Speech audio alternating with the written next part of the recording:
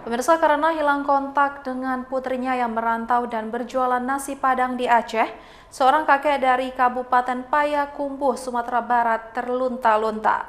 Kini sang kakek telah dibawa oleh Ikatan Keluarga Minang yang ada di Banda Aceh. Kakek Afrizal, 70 tahun, warga Payakumbuh, Provinsi Sumatera Barat, sudah 2 hari terlunta-lunta di Kabupaten Aceh Besar dan Banda Aceh. Sang kakek ini sedang mencari keberadaan anak kandungnya Erni dan suaminya Abdullah yang berjualan nasi Padang Ampera Minang di Kota Janto, di mana sebelumnya tempat itu pernah ia kunjungi. Namun siapa sangka tempat anaknya berjualan nasi Minang yang disewa anaknya itu telah habis masa sewa.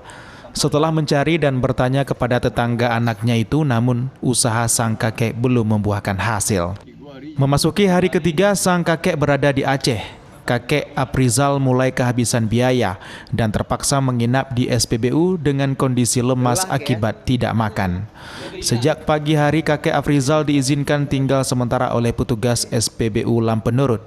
Hingga kini ia sangat berharap bisa segera bertemu dengan anak dan cucu tercinta. Mau nyampai anak di Janto kemarin. Terus? Soalnya pindah ke Melabuh. Oke.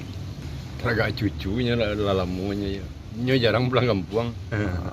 Ini dari keluarga IKM Banda Aceh, DPD Banda Aceh menyampaikan untuk kakek ini akan kami selamatkan dan akan kami biayakan untuk berangkat ke sana dan akan kami fasilitasilah untuk berangkatan ke jumpai anaknya dan cucu-cucunya. Meski telah 3 hari terlunta-lunta, namun bagi warga yang tahu keberadaan sang anak dari kakek Afrizal agar bisa menghubungi paguyuban masyarakat Minang yang ada di Banda Aceh.